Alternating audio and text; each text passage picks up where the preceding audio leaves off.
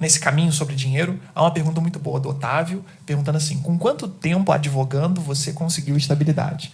Eu quero começar dividindo a resposta disso em 2 níveis, Antônio.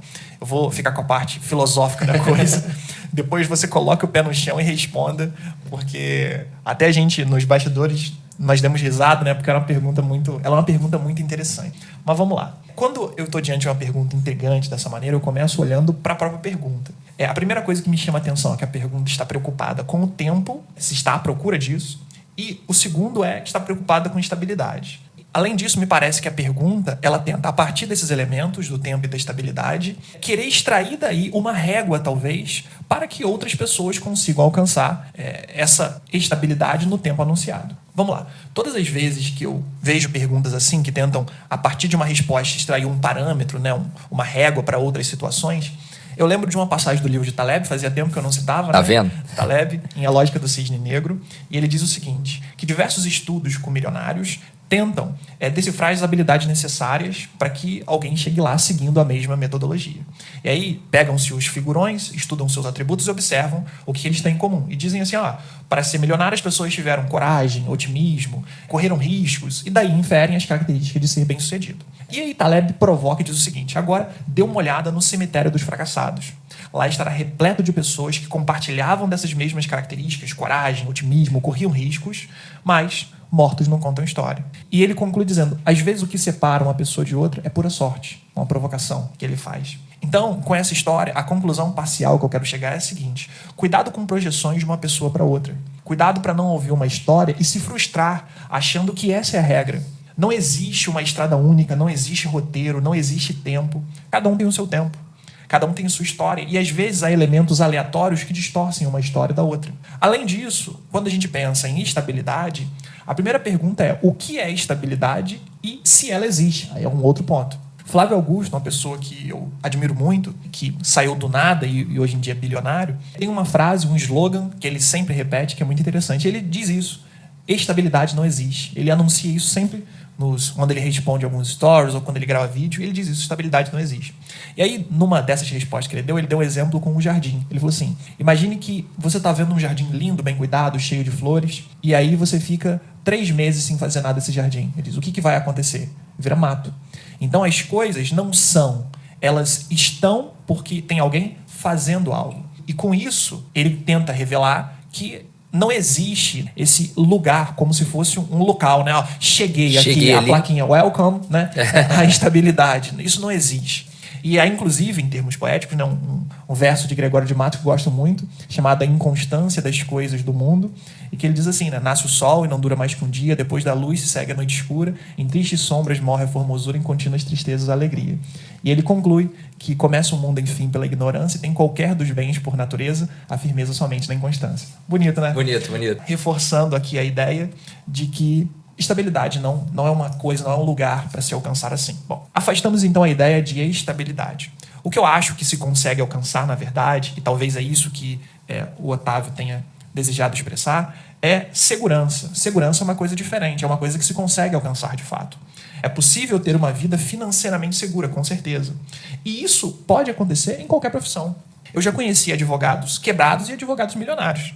Já conheci servidores que recebiam dezenas de milhares de reais por mês e que gastavam tudo o que tinham todos os meses, não tinham reserva, não tinham ativos financeiros, naquilo que Kiyosaki chamaria de corrida dos ratos. Veja, então, que a segurança financeira tem mais relação, e isso Antônio destacou muito bem numa conversa em bastidor, tem mais relação com o que você faz com o dinheiro do que qual é a sua profissão. Por isso, a minha dica é a seguinte, preocupe-se com sua vocação.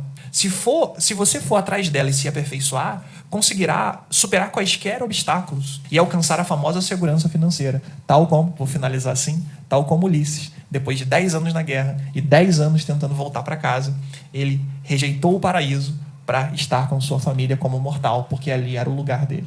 Pouco sobra para dizer, né?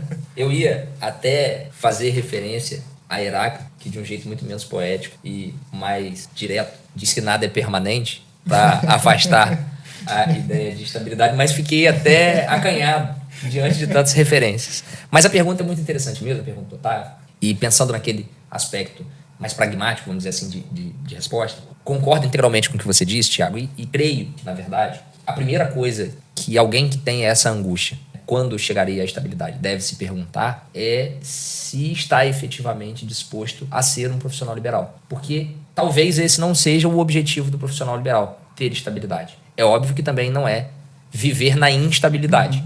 Mas talvez esse não deva ser a mira do profissional liberal, porque se a ideia é ganhar sempre a mesma coisa e isso ser tido como estabilidade, isso jamais será alcançado, né? Porque a cada mês você terá valores diferentes para receber. Se a ideia é ter sempre a mesma quantidade de cliente, também isso jamais será alcançado, né? O escritório do menorzinho ao maior que ocupa um prédio inteiro sempre vai ter uma carteira de clientes que vai variar. E vai variar não só em quantidade, como em grau de honorários, como em grau de dificuldade daqueles casos, né? Há épocas em que o escritório está abarrotado de casos mais complexos, há outros momentos em que os casos são mais tranquilos, e isso é lógico, impacta na relação honorário e desgaste que cada caso gera, né? Então, se estabilidade for entendida por aí, pelo fluxo de clientes ou pelo fluxo de honorários efetivamente, nunca se chegará a nada próximo a isso. Mas como você disse, com uma programação financeira, com uma preocupação em transformar aquele ativo em algo que vá ter, e você falava isso até na resposta à pergunta anterior,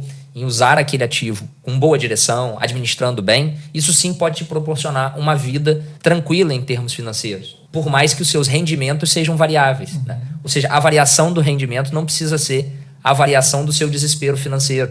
É porque isso acontece porque muitas vezes as pessoas vivem, e às vezes até brincam, né, em rede social, né? Se eu ganho 10 e meu limite de cartão de crédito é 5, né, eu ganho 15, né? As pessoas vivem muitas vezes no extremo do rendimento. E aí qualquer balançada que o rendimento dá representa um atordoamento à sua organização financeira. Se, por outro lado, sempre há alguma sobrinha, por menor que ela seja, por mais discreta que ela seja, quando houver um déficit, eventualmente, ele não te atinge, porque ele é coberto pelas sobras, né? E aí, de novo, já que você falou de Taleb, de Flávio Augusto, falou de conhecimentos de finanças e eu me limitei a citar a cesta de ovos, é a história da formiguinha que guarda a comida para usar no inverno, que é uma parábola com base filosófica muito, né, maior, lógico, mas a história de que quem é conservador, não necessariamente nos investimentos, mas conservador no sentido de se preocupar com um revés que pode acontecer, sempre terá a tranquilidade de que uma variação no seu fluxo financeiro, principalmente uma variação de curto prazo, né? Porque se você imaginar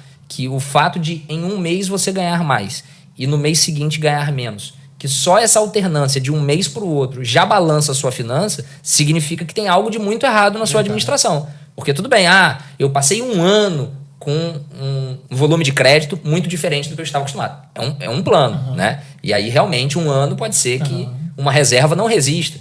Mas um mês ser o suficiente para abalar isso é sinal que algo está muito errado na sua administração. E, infelizmente, principalmente hoje, em que a sociedade vive de imagens, vive de relações fluidas, como diz Bauman, naquela loucura do Instagram, em que, né, as fotos vão só passando. Outro dia eu brincava com os alunos que a velocidade das informações e a concisão das informações está cada vez maior, né? Se falava que alguém que era enganoso era 171.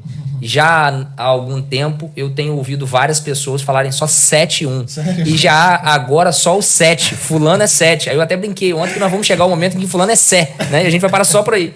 Então, quer dizer, tudo tem que ser muito rápido, muito curto e tudo tem que aparecer. E isso tem um custo, né? Não há nada mais caro do que sustentar uma aparência de vida luxuosa, né? Comprar um carro sempre do ano, um sapato do melhor. Não que não se possa comprar essas coisas, mas desde que isso atenda a uma programação maior financeira. Então, acho que essa angústia sobre quando é que se chega à estabilidade é uma angústia que também passa por definir o que é que eu quero.